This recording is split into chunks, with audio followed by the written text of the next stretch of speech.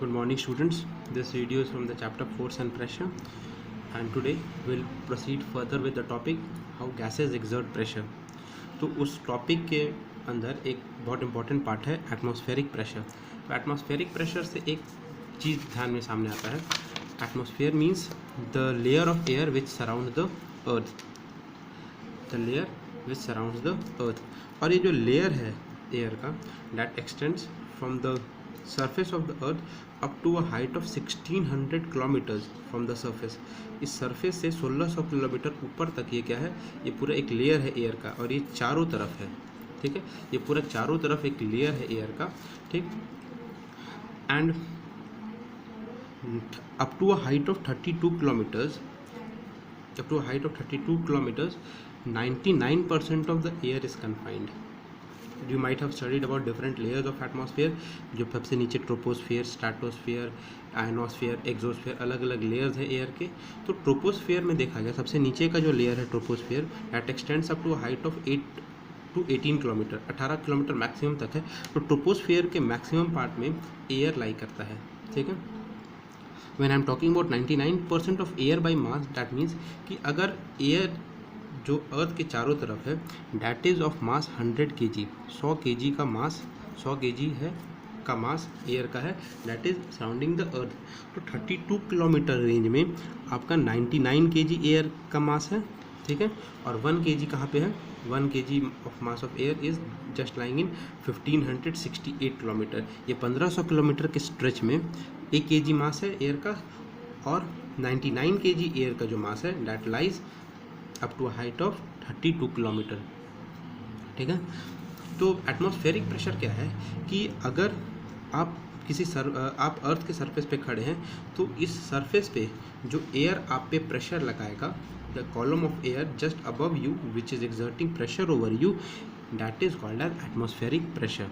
ठीक, तो अब इस एटमॉस्फेरिक प्रेशर का वैल्यू कितना है. Suppose I take my palm.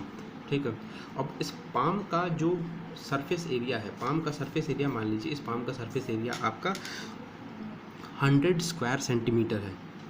इस पूरे पाम का सरफेस एरिया 100 स्क्वायर सेंटीमीटर है. तो the air is applying a force equal to the mass of 100 kg. अब इस पाम पे अगर हम 100 kg रख दें, इस पाम के अगर ऊपर हम 100 kg रख दें, 100 kg का मास रख दें, तो उतना ही फोर्स एयर आप पे इस पाम पे लगा रहा होगा. ठीक है, इस पाम पे अगर हम 100 kg का मास रख दें उतना ही फोर्स इस पे एयर लगा रहा है.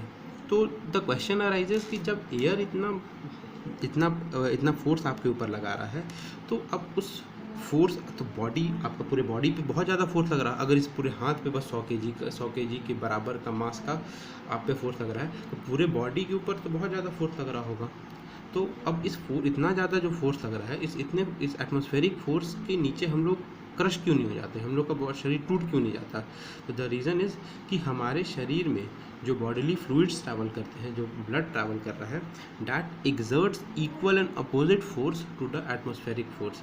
मतलब एटमॉस्फेयर जो आप पे फोर्स लगाया, अंदर का जो फ्लूइड है वो भी क्या कर रहा है, इक्वल एंड अपोजिट फोर्स आप पे लगा रहा है. इक्वल एंड अपोजिट फोर्स लगाने के कारण क्या हुआ, ये जो फोर्स, जो एटमॉस्फेयर का फोर्स ऊपर लगा और अंदर से जो फोर्स लग रहा है आपकी बॉडी पे, ये दोनों फोर्स बैलेंस आउट हो जाता है, दोनों एक दूसरे को कैंसिल कर देता है, and thus it नलिफाइज the effect. ठीक है, तो and the instrument which is used to measure this atmospheric pressure is barometer.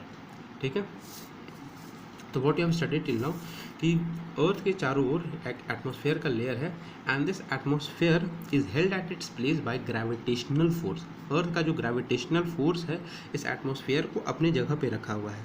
ठीक है, it extends up to height of 1600 kilometre height तक है, जिसमें अगर मास के अकॉर्डिंग बात किया जाए, अगर 100 kg टोटल मास है अर्थ के चारों ओर, तो इसमें से 99 kg 32 किलोमीटर में लाई करता है, and 1 kg lies in the 1500 kilometre stretch.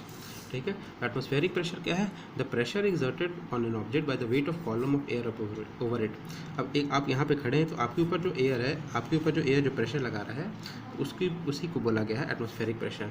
Atmospheric pressure है कितना कि अर्थ का जो एटमॉस्फेयर है 100 सेंटीमीटर स्क्वायर के एरिया पे कितना फोर्स लगा रहा है, equal to the mass of 100 kg, इतना फोर्स लगा रहा है. ठीक है. Why next part is why don't we get crushed under this extensive atmospheric force? So the reason is our body fluids exerts equal and opposite force from inside the body. Does it balance out the atmospheric force, and does it nullifies the effect?